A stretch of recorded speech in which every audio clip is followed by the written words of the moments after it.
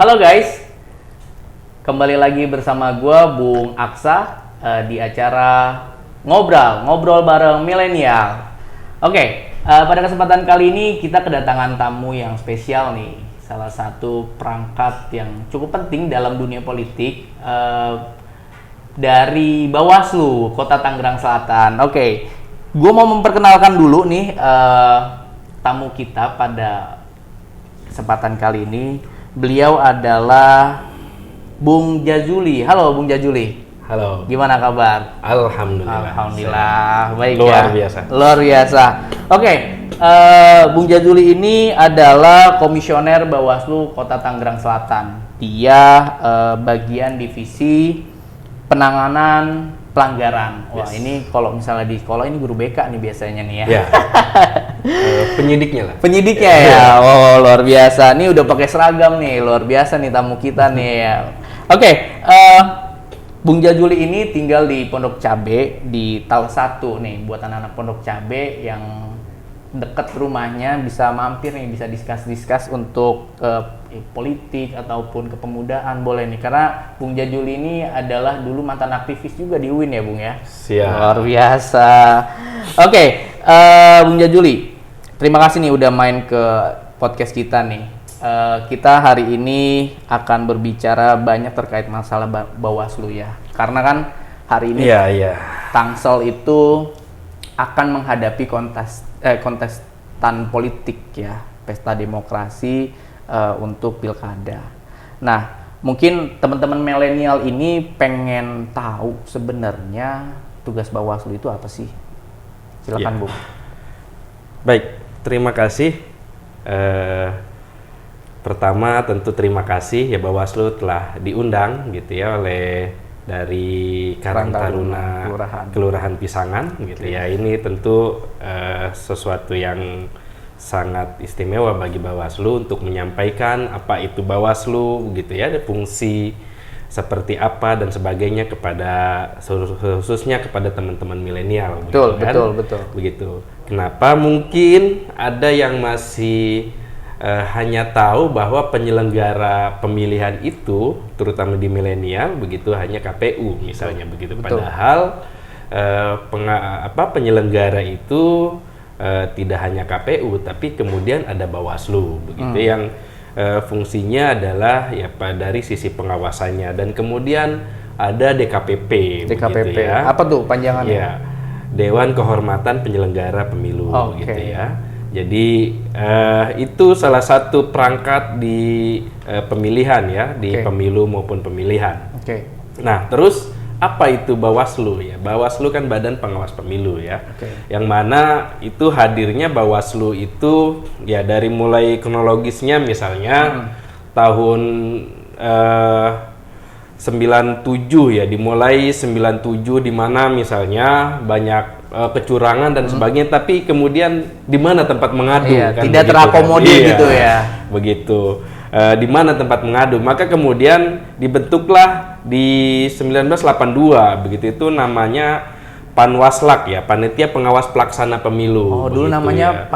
Panwaslak. Nah, itu tapi masih satu organ begitu ya, di bawah ada di KPU, kemudian ada pengawasnya, tapi masih di internal begitu. Nah, kemudian ya tentu ini tidak efektif begitu ya, ketika misalnya yang pengawasannya itu juga dari internal KPU. Maka kemudian berdasarkan Undang-Undang 12 2003 Bawaslu terpisah dari KPU begitu, tapi masih badan ad hoc. Jadi sejarahnya itu gabung dulunya. Iya. Oh, dalam satu panitiaan, akhirnya berpisah. Iya. Ya dari efektivitas mungkin begitu ya kan. Maka kemudian tapi itu masih ad hoc sifatnya ya. Maka kemudian berdasarkan Undang-Undang Nomor 22 Tahun 2007, nah baru kemudian menjadi badan gitu ya, Bawaslu. Dan kemudian juga berdasarkan Undang-Undang Nomor 7 2018, ya Bawaslu itu sampai tingkat kabupaten kota begitu ya. Tadinya sebelumnya tingkat kabupaten kota itu ad hoc. Panwaslu begitu. Maka tapi sekarang berdasarkan Undang-Undang Nomor 7 tahun 2018 Nah, itu sampai tingkat kabupaten kota menjadi badan. Menjadi badan ya. Nah, terus apa sih sebenarnya tadi ke pertanyaan tadi, apa sih sebenarnya tugas Bawaslu? Bawaslu itu sebenarnya mempunyai fungsi yang pertama adalah fungsi pencegahan.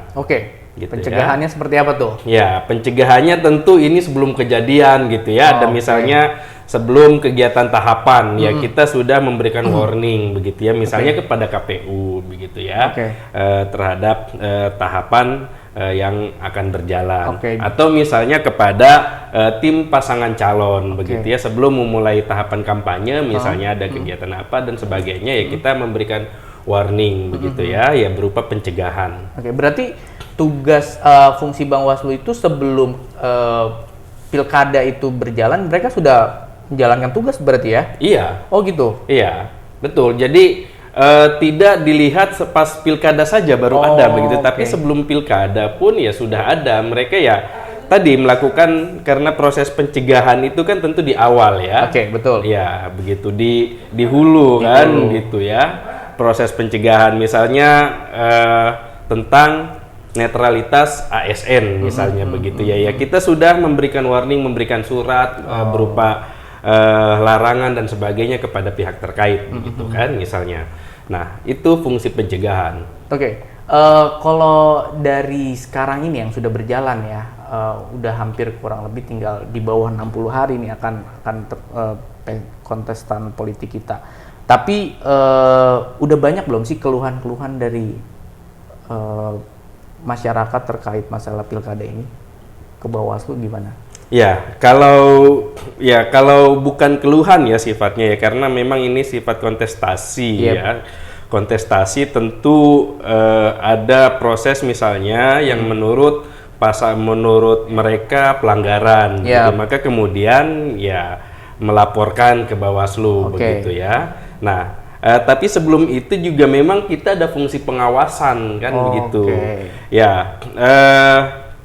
Siapa tahu setiap kegiatan-kegiatan gitu ya, kegiatan-kegiatan kampanye misalnya ya, itu kita dari seluruh tahapan di bawah itu turun begitu. Karena kan apalagi sekarang itu sistem kampanyenya ya sistem kampanye dibarkan door to door kan dia pertemuan di beberapa titik begitu, beberapa wilayah, beberapa kelurahan begitu ya. Nah, kita dengan seluruh perangkat Bawaslu di bawah begitu, dari kemudian Bawaslu kabupaten kota, kemudian pengawas kecamatan dan pengawas kelurahan.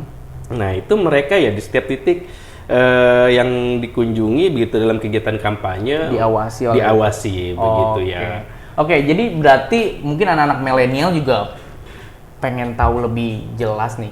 Kalau berarti setiap ada kampanye diawasi oleh Bawaslu ya, mendampingi di tiap-tiap titik itu. Nah, kalau misalnya ada pertanyaan dari anak-anak milenial, kalau misalnya saya melihat sebuah pelanggaran gitu, kan hari ini isu yang pasti diangkat itu tentang COVID ya, ya kan pasti banyak perubahan. Ada gak sih perubahan kebijakan atau peraturan untuk tahun ini kira-kira ada gak sih? Ya. Itu pasti ya, pasti karena memang kita sempat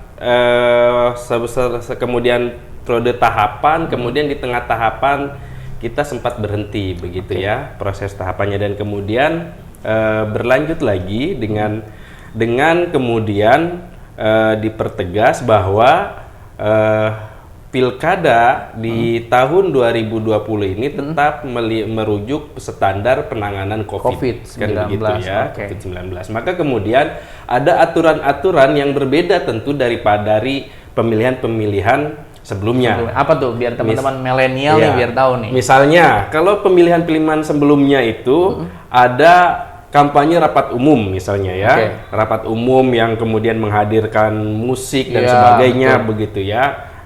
Di tempat keramaian dan sebagainya itu tidak boleh begitu ya. Yang kemudian juga aktivitas-aktivitas misalnya hiburan rakyat begitu ya, kegiatan bazar dan kemudian misalnya jalan santai begitu ya, acara-acara sepeda santai ya. begitu ya, itu tidak boleh begitu ya. yang dilakukan adalah kegiatan tatap muka.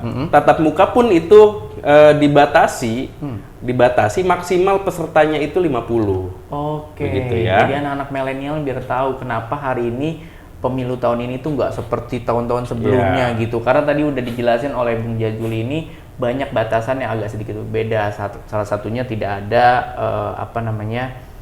hiburan-hiburan yang mendatangi banyak masyarakat ya kan. Terusnya juga ada namanya tatap muka dan itu hanya dibatasi 50 orang. 50 begitu. Dan itu juga tidak kemudian 50 ya harus 50, tidak harus melihat kapasitas juga begitu gitu. ya. Kalau misalnya kapasitas memang ruangnya kecil begitu ya. Ya, tidak bisa memaksakan harus 50 kan tetap 50 itu dalam artian biar ada jarak biar ada jarak antar antar peserta yang hadir dalam kegiatan kampanye begitu. Tapi kalau memang ruangannya kecil dan sebagainya, ya tidak bisa juga memaksakan kemudian 50 karena kan harus melihat kapasitas. Berarti kan harus lihat gitu. sikon juga ya, berarti yang enggak 50 mau tempatnya kecil 50 gitu. Itu tetap pelanggaran ya. Iya. Nah, terus kan bagaimana kalau misalnya si pasangan calon itu tetap melakukan itu gitu ya.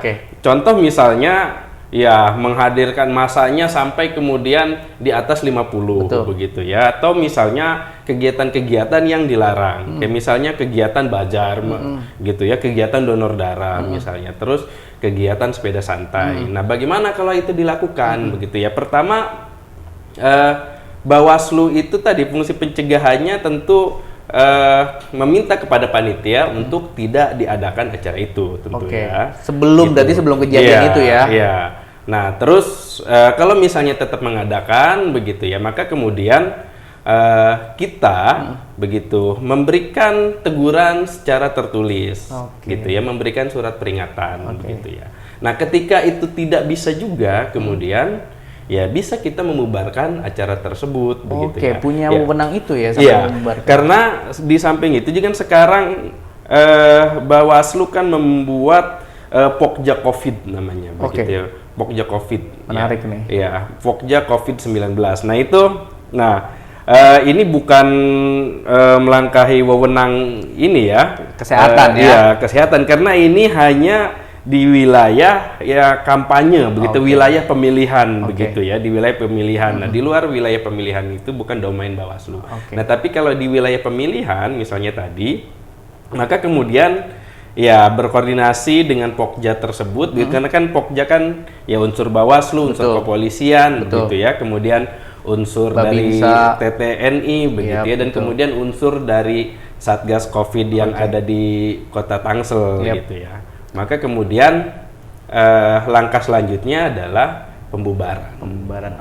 Tadi menarik juga Bung Jajuli itu berarti kalau menurut pendapat mungkin pertanyaan juga, kalau Bung Jajuli itu bisa sampai memiliki wewenang dan tugas-tugas seperti itu, berarti secara tidak langsung Bawaslu ini punya jadwal kampanye dari paslon masing-masing ya berarti ya? Iya kan, pasangan calon itu kan setiap kampanye dia harus memberitahukan gitu ya, harus itu ya, wajib atau memberitahukan ke kepolisian dan kemudian diteruskan dari ke Bawaslu begitu ya. Nah, ini kemudian yang kita awasi ya, selain yang memang yang terjadwal begitu ya, kita tetap juga melakukan pengawasan gitu ya. Siapa tahu kemudian memang ada yang tidak terjadwal tapi memang itu ada giat begitu ya. Itu kayak gimana? Ya, makanya ya kita dari sampai pasukan ke bawah gitu tetap standby gitu ya. Kalau misalnya ada informasi apa dari pengawas kelurahan gitu ya, ya langsung kemudian kita respon. Selain itu ya selanjutnya ya bisa jadi informasi itu kalau misalnya karena sekarang sedang proses pembentukan pengawas TPS gitu ya. Nah, itu tidak hanya mengawasi TPS saja begitu, tapi kemudian lingkungan sekitar TPS juga ya bisa kemudian proses pengawasan. Bung Jajuli, saya ingin bertanya juga, kalau misalnya terjadi pelanggaran dalam salah satu orasi atau kampanye dari paslon gitu. Nah, efek apa yang akan terjadi ke paslon itu? gimana? Baik. Pertama gini, pelanggaran itu kan sumbernya yang pertama itu sumber pelanggaran itu dari temuan. Oke. Ya, dari temuan itu dari internal ya, dari Bawaslu, kemudian pengawas kecamatan, pengawas kelurahan. Nah, tadi dalam melakukan pengawasan misalnya ya, ada temuan pelanggaran, begitu ya, begitu. Maka kemudian itu diproses begitu ya, diproses penanganan pelanggaran gitu.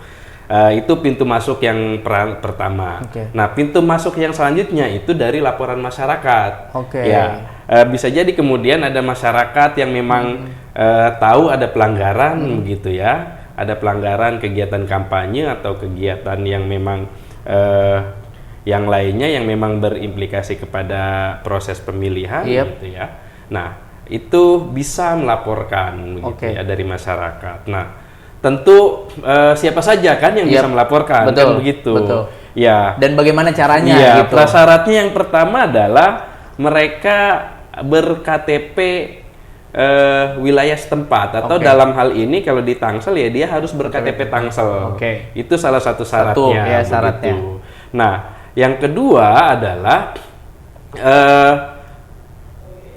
pemantau, lembaga pemantau. Iya, lembaga pemantau yang terdaftar di KPU begitu ya. Kalau misalnya masyarakat biasa nggak bisa dong berarti? Itu kategori pertama dia harus ber-KTP, begitu ber-KTP Tangerang Selatan begitu. Nah, yang selanjutnya begitu ya, yang kedua adalah itu lembaga pemantau pemilihan yang memang dia tapi harus terdaftar dulu di KPU Kota Tangsel begitu. Nah, itu bisa melaporkan. Nah, yang selanjutnya dari peserta pemilihan yang ketiga begitu ya. Dari peserta pemilihan itu ya pasangan calon, tim kampanye dan sebagainya begitu ya. Gitu ya. Ya, itu bisa jadi itu yang pertama. Jadi ya mungkin teman-teman milenial begitu kan. Teman-teman ini kan lumayan aktif misalnya ya misalnya membuka medsos dan sebagainya, tiba-tiba kok ada yang aneh ini begitu ya. Nah, itu bisa kemudian melaporkan begitu ya. Nah, caranya melaporkan itu gimana? Ada bisa dikasih tahu nih buat anak-anak milenial? Ya, tentu ya dalam proses laporan kan kita melihat formil materialnya begitu ya. Misalnya tadi kalau formilnya itu dia KTP-nya mana begitu, harus dilihat dia ber-KTP Tangsel atau bukan begitu ya. Terus kemudian waktu temuannya kapan. Kalau misalnya dia tahunya itu sudah lama, itu tidak bisa diproses karena kan dibatasi 7 hari semenjak diketahui atau ditemukan. Oh, dari tanggal ditemukan itu range waktunya adalah timeline-nya 7 hari begitu kan. Dan kemudian terlapornya siapa begitu ya. Kemudian di materialnya itu berupa misalnya ya uraian singkat tentang apa sih pelanggaran apa sih yang terjadi begitu. Kemudian dari bukti-buktinya gitu harus ya. dilampirin bukti harus dilampirkan misalnya ya berupa video atau foto begitu kan ya, termasuk saksi gitu. Nah, itu dilaporkannya kemana? Apakah ada website atau ada kontak personnya atau seperti apa? Ya, tentu melaporkannya bisa secara langsung di Bawaslu Kota Tangerang Selatan ya, di Jalan Alamanda 1 gitu, di Rawabuntu BSD begitu ya. Itu bisa melaporkan langsung. Nah, terus bagaimana kemudian karena memang ini tadi berdasar kita juga harus melihat bahwa ya kita harus patuh terhadap protokol kesehatan gitu ya. Maka kemudian ini juga teman-teman bisa melakukan secara online. Ya, melalui email Bawaslu begitu ya. Atau bisa kemudian menghubungi nomor kontak Bawaslu gitu. Berapa nomor kontak Bawaslu? Oh, nanti dicatat di bawah aja ya. Nah, tapi ada hal yang menarik ya. Kalau misalnya ada masyarakat atau teman-teman milenial kan aktif banget, kan salah satu ciri anak milenial itu kan nggak lepas dari gadget. Dia melihatlah sebuah pelanggaran dalam sebuah kampanye, dia merekam. Nah, terusnya pasti ada pemikiran bahwa, waduh, nanti nasib saya gimana nih, aman gak nih? Nah, dari Bawaslu sendiri ada kayak whistleblower gitu atau misalnya ada jaminan buat si pelapor itu akan tetap terjaga gitu, ada gak sih? si pelapor kan pengecualian ya. Oke. Pengecualian itu artinya dia tidak bisa dipublikasi. Begitu. Oh, oke, berarti dijaga benar iya, ya. tidak dipublikasi begitu pelapornya siapa dan sebagainya itu. Jadi ya saya kira aman lah untuk pelapor begitu karena memang tadi salah satu yang memang itu yang tidak boleh dipublikasi kecuali memang si pelapornya meminta tidak apa-apa begitu gitu ya, minta gitu. dipublikasi. Iya, misalnya. Tapi secara umum itu si pelapor itu tidak dipublikasi. Yang selanjutnya misalnya dia, aduh, saya takut nih kalau jadi pelapor. Nah, itu bisa kemudian menjadi informasi awal disampaikan kepada Bawaslu begitu ya. Terhadap pelanggaran tersebut, nah itu kemudian bisa menjadi informasi awal, yang kemudian selanjutnya ditindaklanjuti oleh Bawaslu menjadi temuan begitu ya. Oh gitu ya, jadi informasi awal itu untuk diolah menjadi temuan gitu ya. Betul. Tapi berarti nggak ada dong ya garansi bahwa keamanan si pelapor itu akan menjadi aman gitu. Dari Bawaslu sendiri nggak ada jaminan seperti itu ya. Hanya merahasiakan siapa tim pelapornya hanya itu aja. Iya. Oke, menarik sekali nih tim dari Bawaslu ini nih, karena perannya menurut saya Bawaslu ini sangat signifikan untuk pemilihan umum ya kan. Kalau tidak ada Bawaslu nanti bingung nih buat teman-teman gimana caranya supaya bisa memberikan informasi atau ada pelanggaran. Tapi saya masih ada yang mengganjal, kira-kira ada yang memberikan sanksi itu kalau ada pelanggaran itu dari Bawaslu sendiri atau ada tim lagi yang akan memberikan sanksi ketika ada pelanggaran?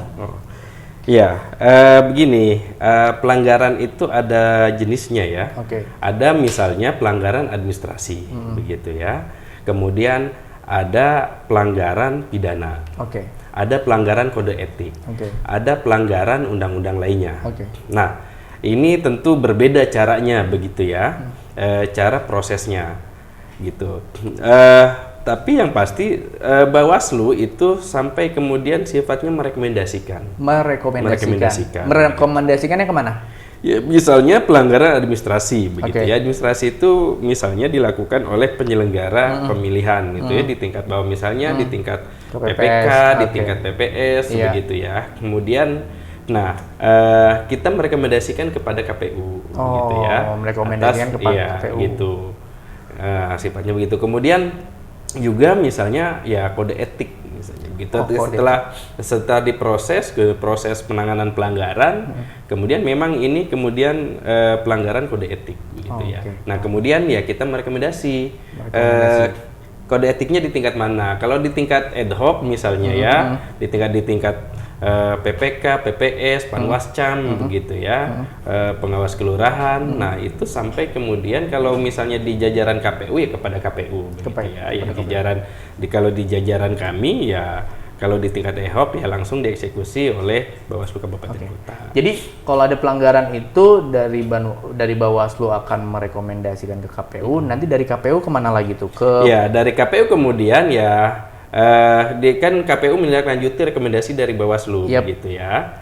Ya misalnya ya perbaikan administrasi dan sebagainya itu dari KPU yang keluar begitu ya. Termasuk juga penanganan undang-undang lainnya. Kayak misalnya contoh misalnya tentang netralitas ASN begitu ya, misalnya begitu kan.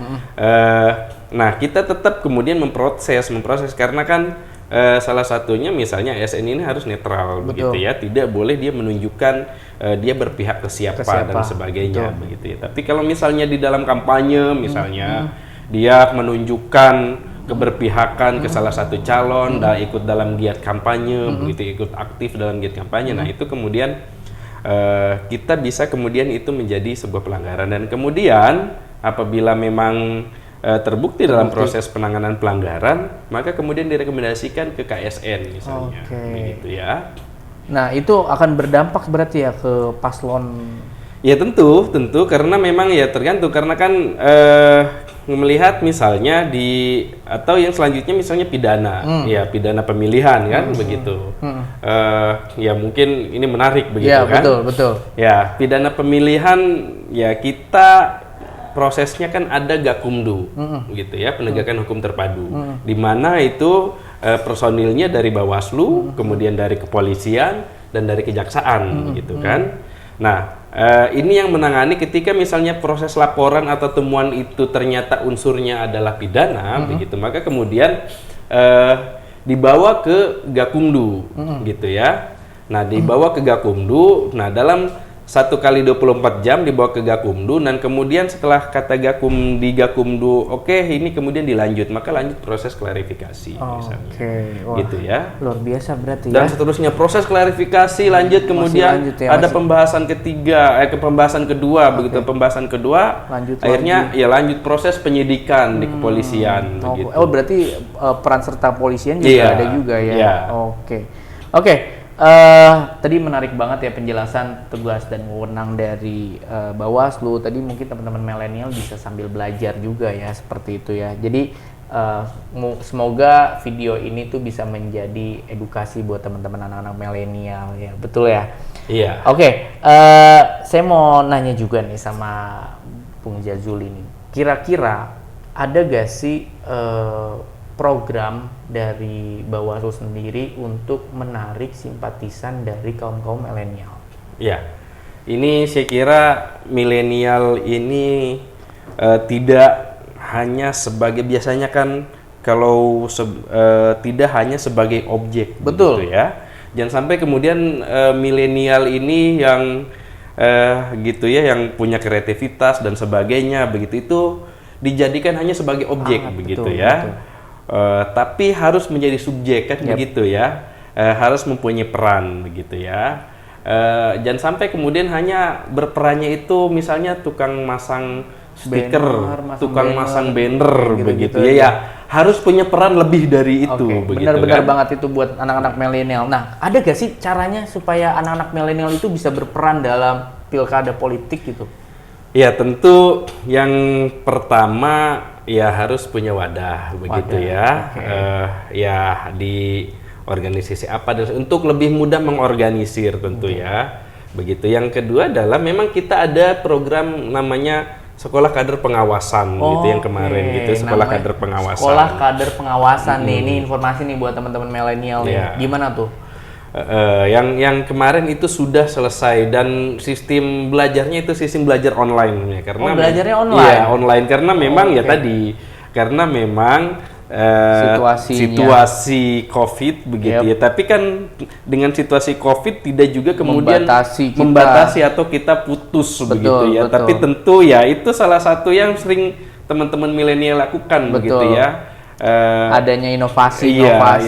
Begitu. Nah, ini sudah dilakukan, begitu ya, Sekolah Kader Pengawasan, gitu ya, agar kemudian, karena memang prinsipnya tadi, karena tentu dengan situasi COVID ini kan banyak juga kampanye-kampanye itu di medsos, kan begitu. Di medsos ya, kita tahu anak muda ini pasti melihat itu ya, lebih baik nggak punya jajan daripada nggak punya data, handphone, gitu kan. Gitu. Kalau tidak punya kalau tidak punya jajan dia masih bisa menahan diri. Betul. Kalau tidak punya paket data, nah itu yang repot pusing tuh, sudah, begitu kan. Nggak bisa nonton konten kita nanti nih. Kan gitu. Nah, tentu kan mereka dari konten dan sebagainya, begitu ya, lebih paham, gitu kan ya. Nah, ini tentu ya dimanfaatkan, begitu ya, kelebihan ini menjadi yang produktif kan, begitu ya. Betul sekali. Bisa misalnya ya membuat event apa, begitu, dan sebagainya dengan Bawaslu, begitu ya. Ya bisa juga dengan lembaga yang lain, begitu kan. Ya, apalagi kan sekarang bisa dengan misalnya giat dengan Zoom meeting, gitu ya, termasuk kegiatan hari di sekarang ini, begitu. Ini kan kegiatan yang berbiaya murah, kan, gitu kan. Tapi kemudian ya bisa mengedukasi tidak hanya warga Pisangan, tapi ya bisa kalau masyarakat umum bisa melihat, kan begitu. Alhamdulillah, mudah-mudahan target kita adalah mengedukasi buat teman-teman milenial ya. Oke, tapi kalau misalnya ada pertanyaan nih dari teman-teman milenial, syaratnya apa sih untuk menjadi masuk dalam sekolah kader itu? Ya, mungkin kalau ini kan sudah mudah-mudahan ya ke depan akan dibuka lagi dengan misalnya dengan respon positif dari masyarakat begitu ya, tentang dengan apa namanya Sekodah Kader Pengawasan. Ya tentu yang pertama umur begitu ya. Umur berapa tuh? Ya umur dari 17 lah, dari 17. Dari 17 sudah bisa masuk ya? Iya, sampai 30 ini begitu informasi kan. banget nih buat anak milenial nih, dari umur 17 sudah bisa berperan aktif untuk ikut karena kan ini pemilih pemula begitu ya. Pemilih pemula itu tadi jangan sampai menjadi objek begitu ya. Biasanya kan kalau ini ya saya mengikut aja begitu ya. Ya itu sudah dihindari begitu ya. Saya mengikut aja itu dihindari, dia harus mempunyai analisa lah begitu. Untuk calon-calon kira-kira yang cocok dan menurut dia pantas itu siapa, ya kan, betul. Tadi sudah dijelasin terkait masalah program, mungkin teman-teman bisa langsung buka websitenya Bawaslu atau bisa dikepoin di IG-nya, di YouTube-nya, itu bisa cari media informasi, dan teman-teman saya yakin udah sangat bijak lah untuk bermain media sosial. Bung Jazuli, ini tadi sudah banyak informasi. Kira-kira ada gak sih contoh-contoh untuk permasalahan-permasalahan yang ada di pilkada kita tahun ini? Permasalahan apa itu misalnya? Ya, apapun itu misalnya, biar anak-anak milenial tuh bisa tahu gitu. Memberikan contoh permasalahan yang sering dihadapi oleh tim Bawaslu. Ya, yang sering dihadapi ya tentu kan di dalam kompetisi begitu ya, di dalam kompetisi pasti ada saja begitu ya, yang memang mungkin abai dan sebagainya. Kemudian itu menjadi ya tantangan kita adalah karena memang misalnya pengawas kelurahan ini kan hanya satu orang misalnya kan begitu. Ya tentu tidak cukup mata begitu ya, untuk proses pengawasan satu kelurahan begitu ya. Nah, tentu ada yang tidak terpotret begitu ya oleh pengawas kelurahan misalnya. Kemudian nah ini kemudian dari masyarakat yang lain kemudian menemukan sebuah pelanggaran kan begitu.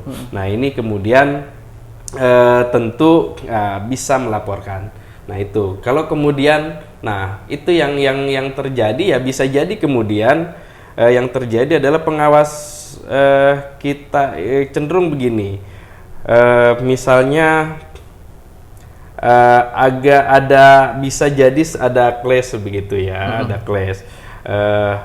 Misalnya ada pengawas ketika proses kampanye dan sebagainya diawasi begitu ya, bisa saja kemudian terjadi gesekan begitu ya. Pernah sampai ada yang benturan fisik gitu? Ya alhamdulillah di Tangsel kan ya, secara mungkin dari pendidikan dan sebagainya itu belum ada yang masih bisa kemudian kita menangani. Tapi ya tentu ya hal-hal seperti itu kita harus antisipasi begitu ya. Betul. Begitu termasuk juga ya tidak hanya clash antar peserta dengan penyelenggara, bisa jadi juga antar peserta begitu ya. Bisa jadi misalnya contoh misalnya dalam mendirikan TPS misalnya begitu ya.